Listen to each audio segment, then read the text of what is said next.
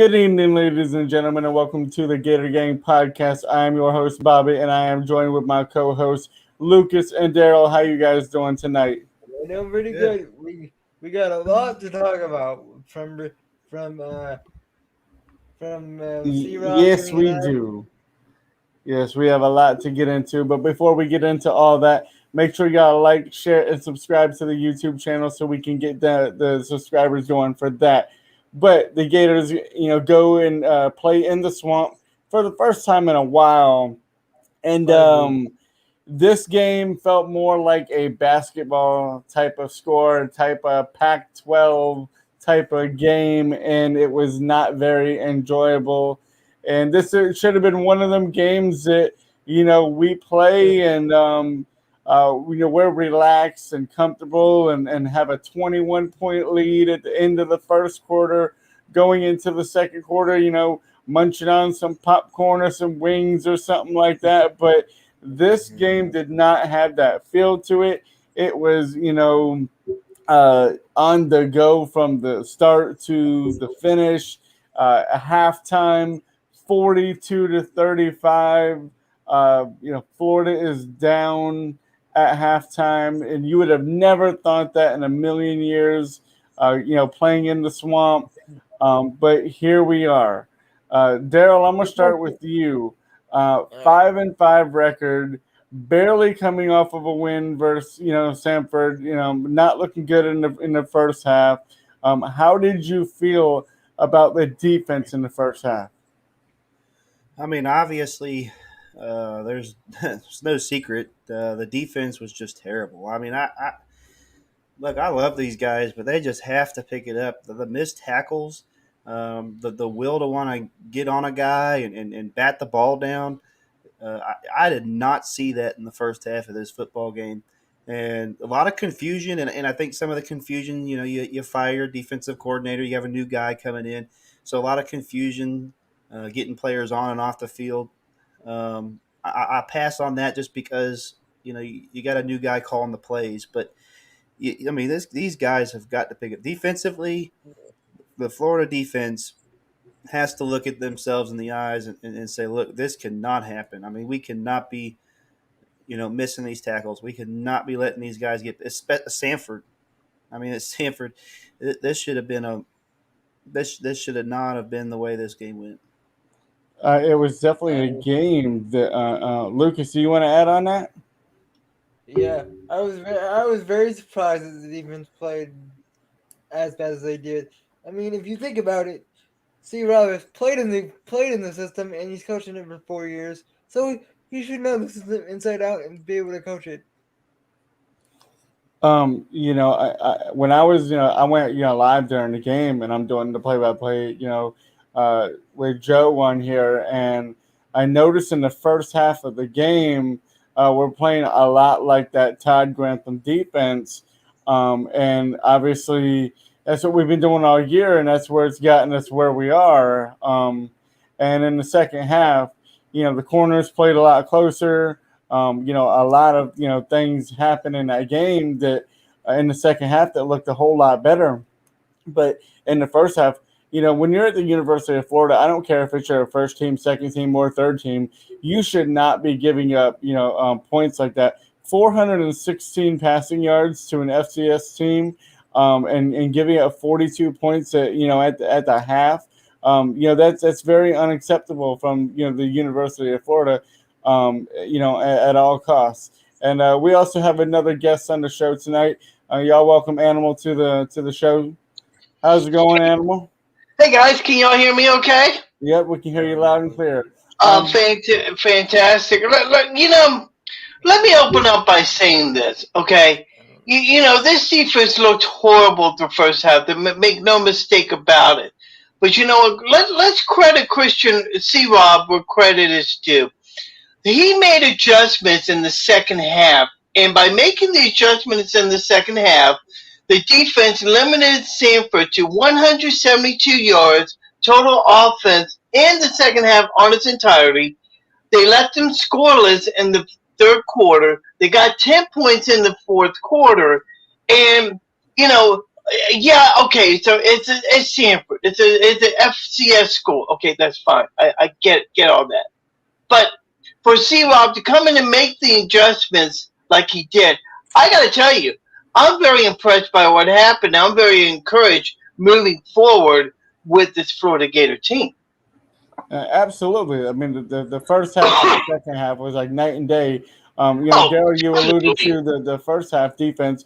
Daryl, how did you feel about the second half defense of making the adjustments? Because it seems like adjustments is something that's been few and far between. But you're right.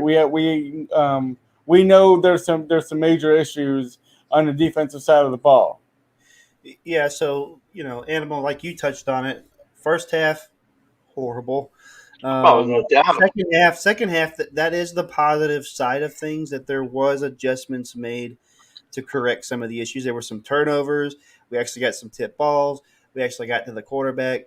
So there was some more motivation in the second half. Hopefully that will continue on to the next game and so on.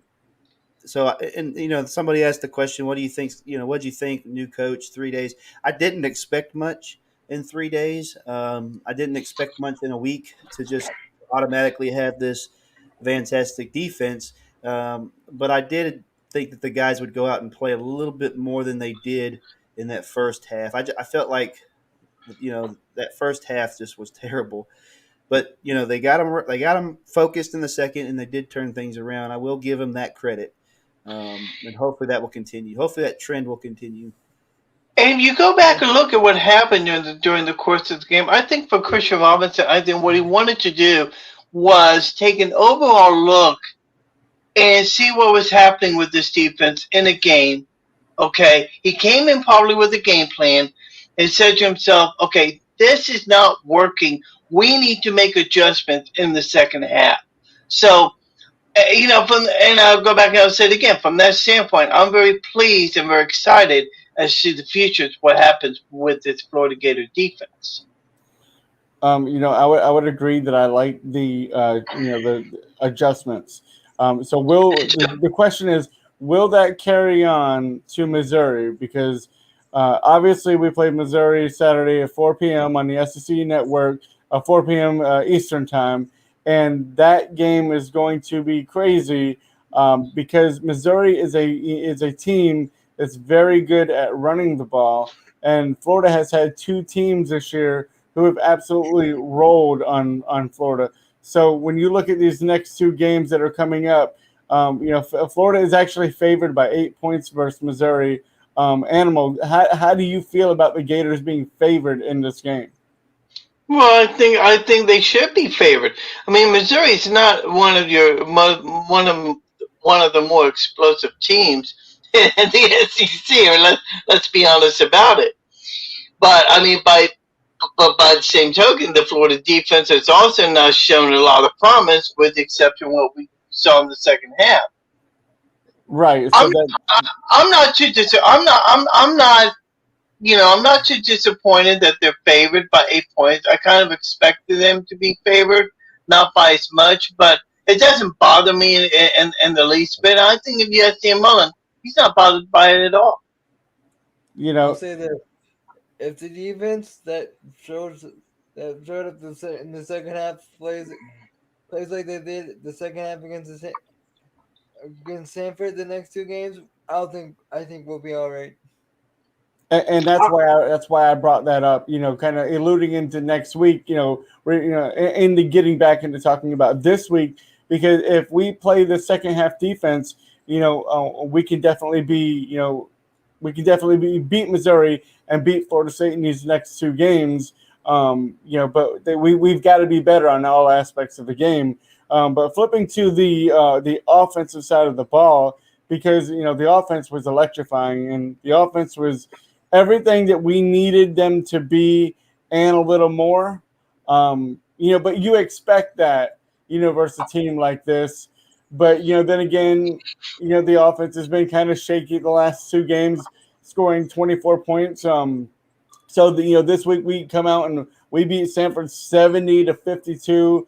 Emory Jones goes 28 for 34, 464 Bullshit. yards, 13.6 yards per pass, 6 touchdowns, along with a rushing touchdown. And Lucas, I know there's something you want to add to that. Which the 454 yards is the second highest in U.S. history, only behind Tim Tebow who had 482 in the 2010 Sugar Bowl versus Cincinnati in his last game as a Gator. Exactly. So, Emory Jones and Daryl had said this, before we started the podcast. Without Emory Jones, we could potentially lose this game. Emory Jones was huge in this game, Daryl. Oh no, for sure. If he didn't have the game that he did, if the offense and it was a lot of players around him, the running backs, Gamble. There was a lot of heart on the offensive side. They had to have it because if they wouldn't have had it, we would have been in a lot of trouble. But he did. He did play a good game. Samford, their defense isn't necessarily the best out there either, but they still went out there and they competed on the offensive side of the ball. If we can continue that, I'm very hopeful for the offensive side. Yeah, I kind of agree with you on that too. I mean, I think what we saw in the game was Emory really coming out, being consistent through the course of the game.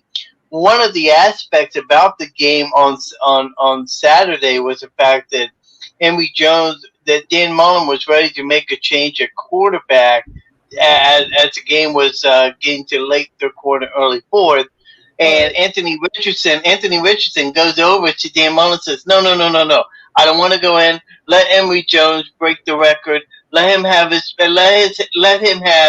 moment to shine." And that goes back to really the tightness and the friendship that both AR-15 and Emory Jones have for each other. I think it's fantastic. They have a great friendship, brotherhood. They support each other as teammates, and that goes back to we just need to support them as a fan base, and back them up because we're all big one family, and we all want to win, and we all want to see the Gators do good, but no negative situation has ever helped anybody out in life. So with a lot of changes that have been made to the program already, we know some changes are coming in the future. But we just gotta hang our hat on what we have right now, and hopefully the second half team will come out and continue to play in these last two games, and we can get some wins and get back on the right path. One of the things about what happened is that, and Garrick McGee talked about this today. He's the quarterback coach for the Florida Gators. Is that some of the fans have not been too kind to this Florida team. Through the conversations that Garrick McGee expressed with the media, he noted that Emory Jones's mother has been sitting in the stands, has been very unhappy about some of the comments that they're throwing at the way of Emory Jones and the way that they're playing, and she's been quoted as saying she's very unhappy with that. Daryl, I mean, you Yeah, I mean, touched on that's it. I mean, obviously, I mean, I haven't heard that, but I mean, it's yeah, I wouldn't. It wouldn't surprise me. I mean, there is definitely some negativity, and of course, I mean, look, it's going to come with negativity whenever we're, not living up to what the fans' expectations are, and I think Emery he's going to, he will progress, of course. Is he where I would like to see him? No, but I'm just a fan too, so I'm not the coach. That doesn't mean that I don't like him. I think that he's a great quarterback, and I think he will He be very brings successful. he, It's his he team brings right now. some, It's his team. he brings a different dynamic to the game that Yeah. some Look, play. Emery is by far he's got the talent to get it done. He's got to maybe some little things got to happen a little differently, but he's got the Speaking talent to get it done. Speaking of talent, we have an elusive running back named Damian Pierce, who only touched about 7 times for 78 yards, with averaging 11.1 yards per rush, with 2 touchdowns. And to me, and I've been saying it all year long, that this man needs to get more carries. They need to kind of carry the team on his back and get the running game going a little more. I know we had 253 yards rushing in this game, but I just feel like that would be so much more if we would really, put Damian Pierce as our main featured back, because he's a workhorse. He's a dog. I mean, he's the running back that Florida needs. One of the things about Damian Pierce, and I was just making some faces, being kind of funny about it all because a lot of people I agree with you the fact that Damian Pierce should be the featured back. But when you have so much talent in that running back core between Damian Pierce and Naquan Wright, Daryl, I know there's a couple of the running backs that are playing Marcus well. Bowman. I mean, it's hard to make that rotation uh, with everybody. But I think you're right, Bobby. I think it's a situation where they do need to feature Damian more often, give him the carries that he needs to be making. Lucas, you want to add to the running back talk? Yeah, and I believe that the two five stars that we have should be getting more encouraged. To be honest with you, Demarcus Bowman, I know he hasn't played much, but I think it's because they want to redshirt him so they can save him a year. And Right, right. Well, correct me if I'm wrong, but with last year being 2020, didn't everybody get a free year if they wanted it, yeah, they Daryl? Yes. did. Yes. So therefore, you really don't have to save anybody. You can play anybody as much as you want with them getting an extra year. Yeah. As So far as I don't really feel like that's an excuse for Bowman. yeah, I do see. Yeah, and I think somebody can correct me, but I'm pretty sure that across college football, the 2020 year didn't count No, on the. they did get a free year because of COVID. Right. So, I don't think we can really use that as an excuse for Bowman. I mean, he's a 5-star running back out of Clemson, and we got him out of the transfer portal, which we've done great at doing. But I just see Damian Pierce as the workhorse, and I feel he needs more. Go ahead, Daryl. Yeah, Damien definitely needs to probably be the main guy. And the one comment that I like the most is we're not seeing a lot of that quarterback run as much. We've seen it a little bit this week, but I'll tell you what I want to see is we are an RPO team. So if you feature your back, our quarterbacks can run the ball. We were doing this earlier in the season. We competed with Alabama because of this, and I'm not seeing that in these later games of how we're, why are we not using that RPO with the running back and the quarterback. I mean, you have to defend two players. It really confuses the defense. Um, you've seen a couple highlight moments in this game here, but I'm talking about, in some of the bigger games as well. We've got to start doing that, especially these next two coming up. These guys cannot, we should be able to run the ball on these guys, this weekend. And that has to be a big part of this key, if nothing else, to slow the game down. We shouldn't have to score 50 points to win the game. I agree with Exactly. it. I And agree with Scott it. Donaldson, says that in his opinion, Pierce is the best running back and Naquan Wright is the second best. And I would agree with that because they're definitely great backs, and we have a lot of talent in that running back room. But I just But feel when you but got a you hot also hand going, you got to feed it. but you also I want to think. keep everybody, but you also want Go to ahead, keep everybody Lucas. but you also want to keep everybody happy because as we know in the day of the transport portal, they're not playing. They just get up and leave. And let's reverse and let's get into that for just a minute. First of all, Lucas is right. They want to make everybody happy as much as possible, and that's why I don't think using Daquan Pierce or Damian Pierce being used quite as much as what they want to. Now, let me bring you up to speed on something that's been leaking out in the past couple of days to Twitter. I want you to know I have nothing on this. I don't have any sources or anything like that, but several people have been commenting about the fact that AR-15 has already said that that he could very well enter his name into the transfer portal, which would, in my opinion, would be bad for the Florida Gators. I have nothing on this. This is just something that just come through Twitter. There's something that should be keeping our eye on. But I think that Lucas is right. I mean, if you're gonna have a good core of running backs, you need to use them as much as possible and keep everybody happy. And that's also true with the quarterback team as well. If you want to keep them happy, both guys need to be playing as well. And it would not surprise me if we see that this weekend in Columbia when they take on Missouri on Saturday. Well, I'll say that Anthony Richardson, he's going to stay. He's going to stay in Gainesville. He's not going He's a anywhere. Like he has he's a shown his Gainesville kid. loyalty, and he definitely will. And you're going to hear these rumors come out You there, are, and yeah. and they're all going to come flying around. You're going to hear weird rumors about who we're going to get as DC or offensive line coach, and what we're going to do and all of that. But all that's hearsay, narsay. But all we can do is control, what we have now. And this Florida team has a lot of work ahead of them, and it If starts it, with Missouri. So hopefully we can get on that train and get some wins. But another thing that reared its head this weekend in this game was the 12 penalties for the 94 yards. Lucas, Hmm. Lucas, I know you want to talk about the penalties. I mean, you got it. That's one thing we have to clean up the next two games. We cannot have 12 penalties for 94 yards if we want to beat Missouri, and we definitely cannot have 12 penalties for 94 yards if we want to beat Florida State.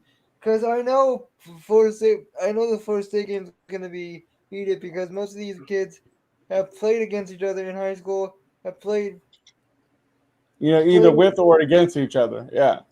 so there's that, and you gotta so we gotta control our emotions and keep our emotions checked, move on to the next play, and don't get in fights, and Let me ask don't you. do anything stupid. Go ahead, Daryl. Let me ask you all a question. What do you consider a good penalty? What? But I don't think there, I don't think there's such a thing as a good penalty. But I mean, a lot of those penalties were based on stupidity. I mean, The, I mean, yeah, the, I didn't go back and look, and I should have, because I would love to see what the penalties were in the second half as compared to the first half. Because all in all, I think that both halves were like night and day.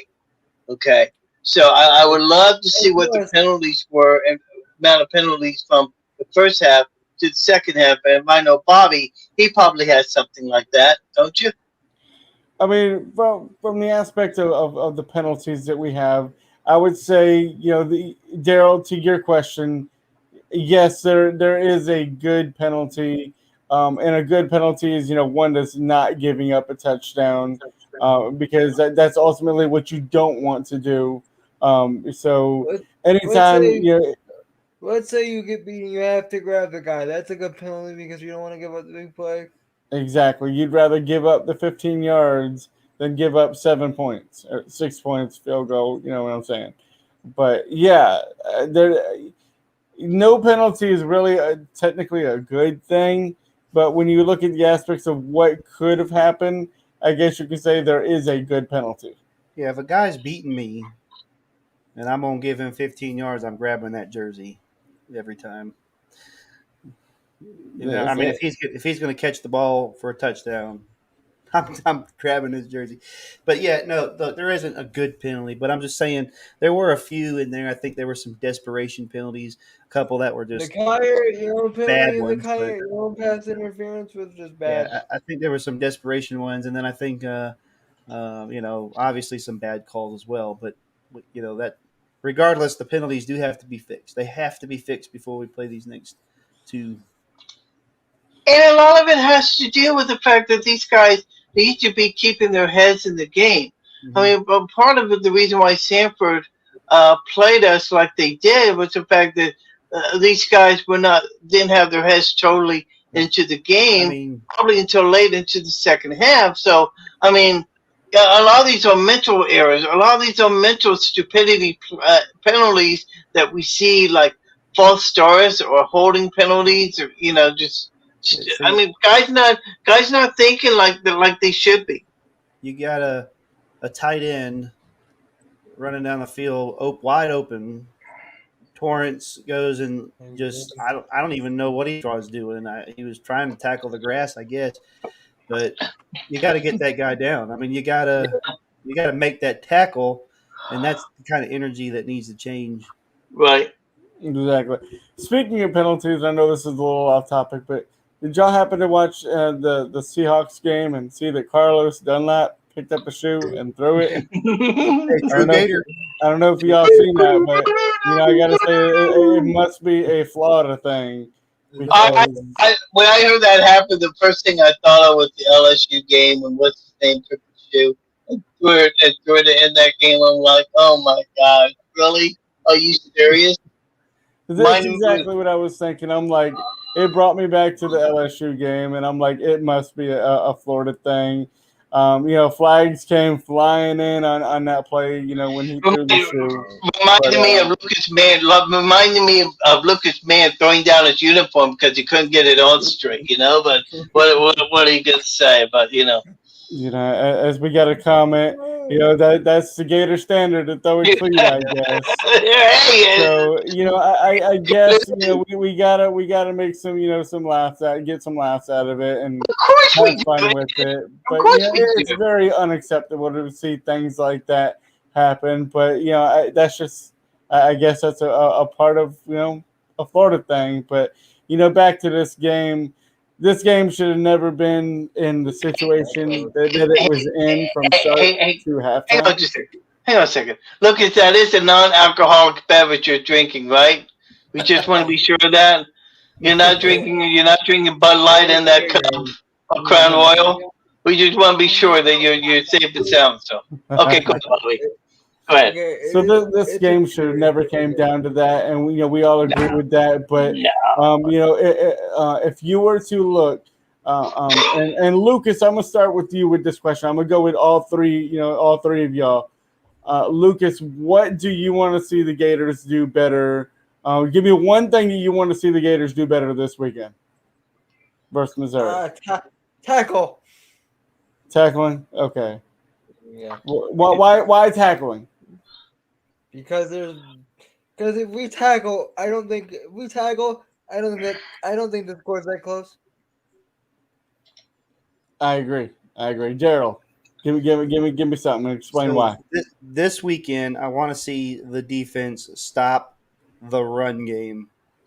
If we can stop the run game, we beat Missouri this weekend, and that's why. Absolutely. I mean, they have to stop it. That is going to be their strength this That that weekend. that is, that is my key. You took my key from me. Joe, And what's your thing you want to see the Gators improve on? I'm gonna say I'm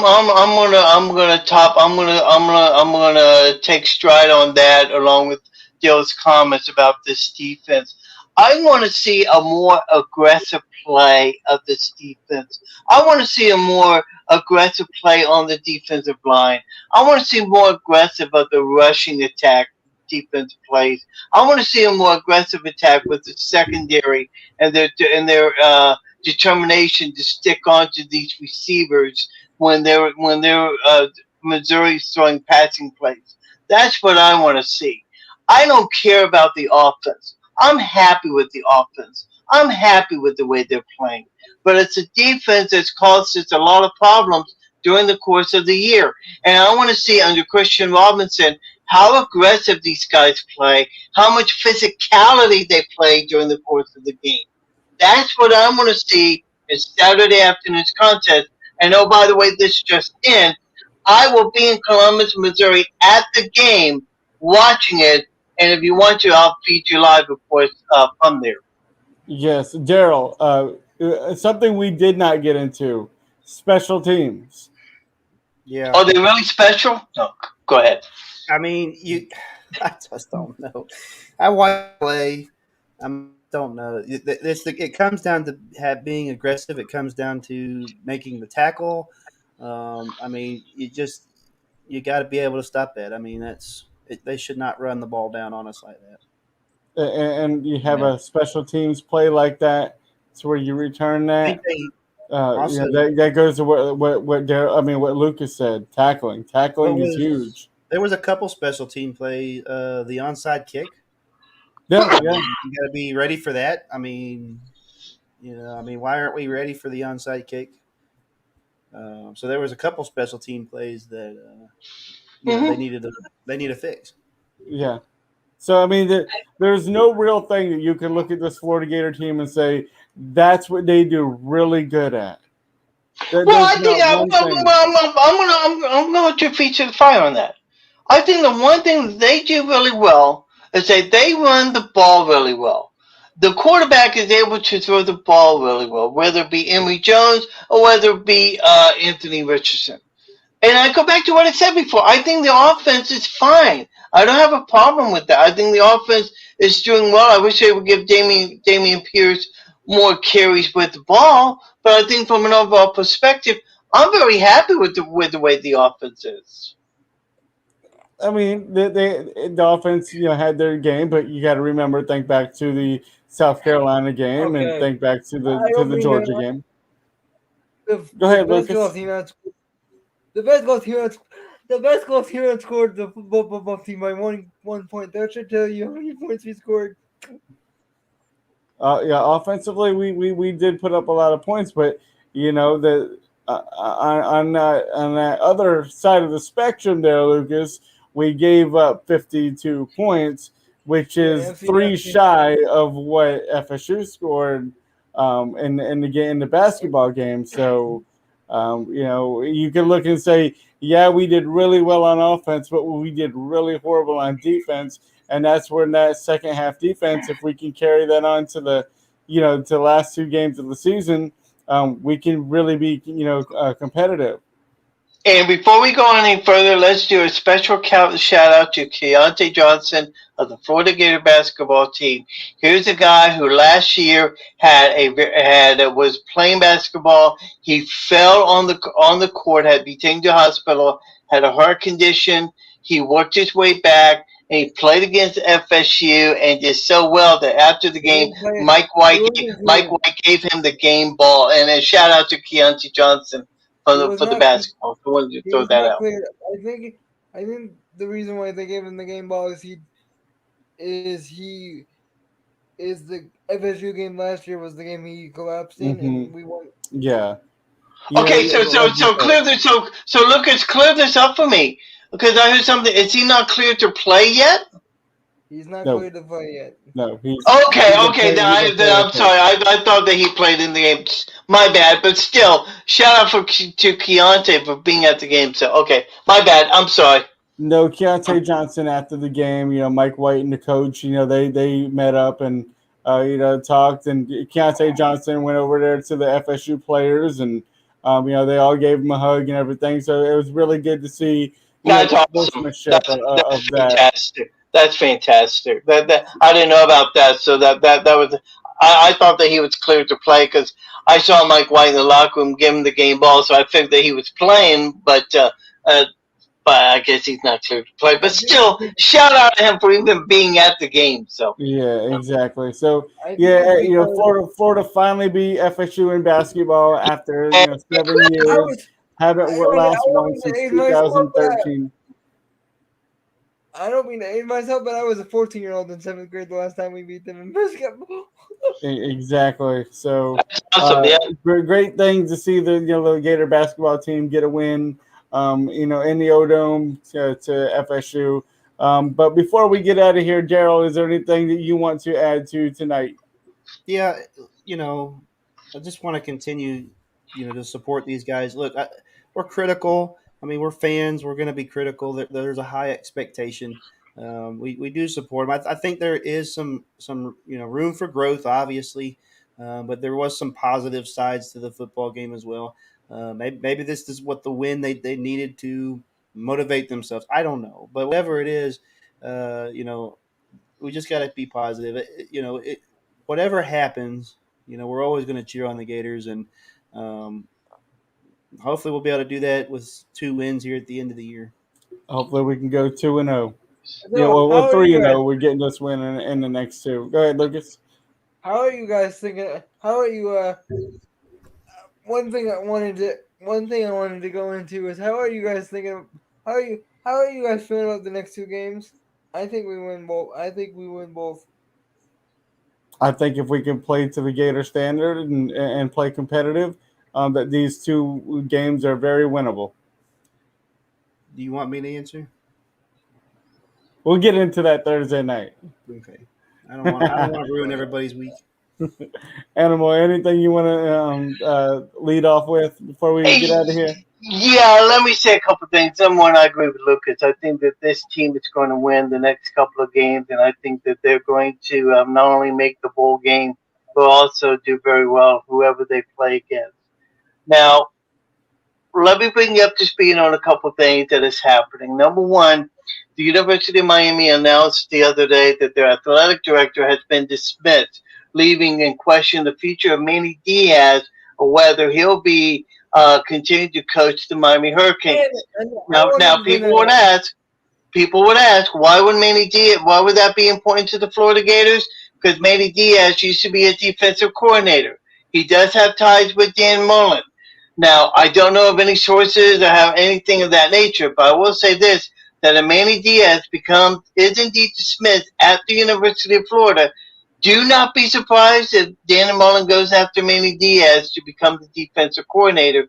It would be a great hire for the Florida Gators, and I predict the C-Rob will remain on board, not only as back in his position, but making a key role in recruiting as we start to move forward in the next couple of weeks. Manny Diaz is a hell of a Anything is recruiter. possible. I'll give him Anything that. is possible. But Yeah. thank you guys for tuning in to another podcast of the Gator Gang Network. And Oh, you, can I say one more thing real quick? yes. Okay, Thursday night, I have my podcast, Animal Football Insider, coming up on Thursday night edition. We're expected to have Nick Delatorre, the writer of GatorsCountry.com. He's going to join us as well. We also may have some guy named Lucas, the main Gator, join us for any recruiting updates that he has going on. Maybe Daryl Horn, who's known as Mr. Gator Booster, he might join me as well, hopefully. But we'll see what happens with that. 7:30 7:30 Central Time, 8:30 Eastern Time, Facebook Live, Animal Football Insider. Hope you guys will be able to join me. I know you won't, Bobby, because you like to sleep. I don't know why. Yes. So, before we get out of here tonight, if you ain't a Gator, You're you must perfect. be Gator bait. There you go. There you go. Have a good one.